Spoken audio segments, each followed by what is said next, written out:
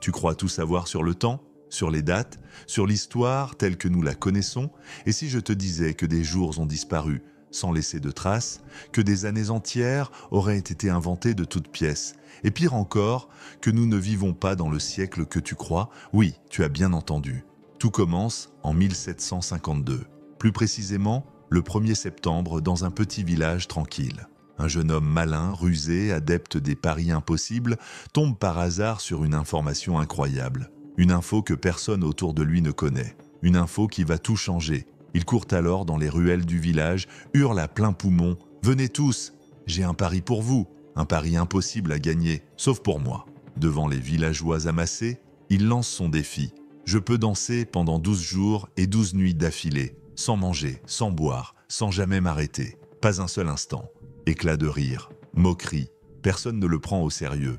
Mais le jeune homme insiste « Très bien, rendez-vous demain, le 2 septembre, et le 14, vous reviendrez ici, et vous me direz que j'ai gagné. » Le 14 septembre arrive, et contre toute attente, il a tenu parole. Il a dansé pendant 12 jours, personne n'a rien compris. Mais comment c'est possible? La réponse se cache dans une histoire bien plus grande, une histoire vieille de plusieurs siècles, une histoire liée à un changement de calendrier et à la disparition de jours entiers. Retournons en arrière, en 1582. À cette époque, le monde utilisait le calendrier julien mis en place par Jules César. Mais ce calendrier avait un défaut, il était faux. Chaque année, il accumulait un retard de 11 minutes, ce qui, sur des siècles, a fini par créer un décalage énorme. Résultat, les fêtes religieuses comme Pâques tombaient n'importe quand. Du coup, l'Église catholique décide de réagir. En 1582, le pape Grégoire XIII impose un nouveau calendrier, le calendrier grégorien. Pour corriger l'erreur, ils effacent carrément 10 jours. Le 4 octobre 1582 devient directement le 15 octobre.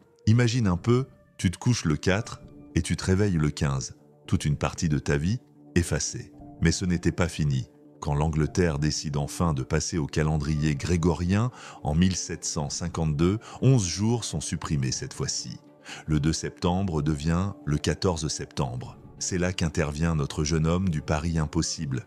Il savait que les gens allaient compter les jours selon le nouveau calendrier, alors il commence à danser le soir du 2 et s'arrête officiellement le matin du 14. Selon eux, il a donc dansé pendant 12 jours exactement. Mais selon toi, combien de temps s'est-il vraiment écoulé? Et si tu penses des temps que c'est juste une curiosité historique, attends, ça devient beaucoup plus sombre. Car cette histoire a donné naissance à une théorie extrêmement controversée.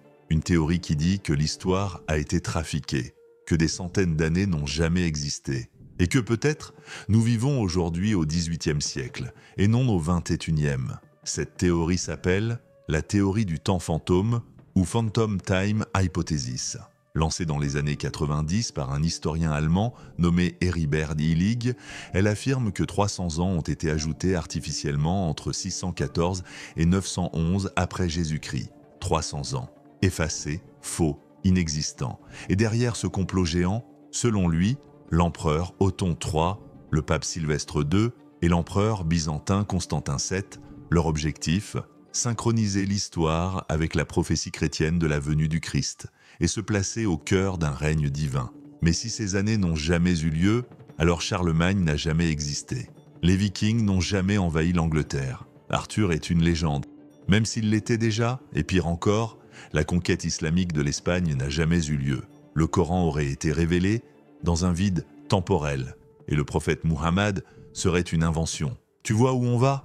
C'est une tentative de détruire l'histoire, de remettre en cause les fondations mêmes des civilisations, et surtout, celle de l'islam.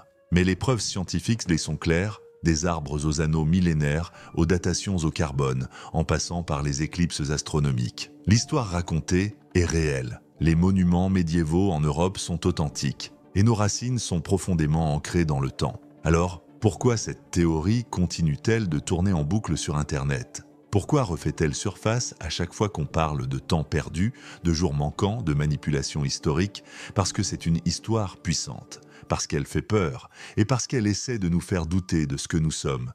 Mais l'histoire ne ment pas. Elle est là, gravée dans la pierre, dans le ciel, dans les arbres, dans le Coran. Et personne, ni en Allemagne, ni ailleurs, ne pourra effacer ce que Dieu a préservé.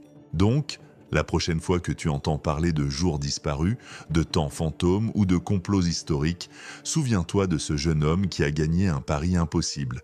Et souviens-toi que derrière chaque mythe, il y a souvent une vérité bien plus profonde. Merci d'avoir regardé. Si tu veux comprendre encore plus de mystères de l'histoire, abonne-toi à la chaîne Hikayat, active la cloche et laisse un commentaire. Quel autre événement historique penses-tu être une invention?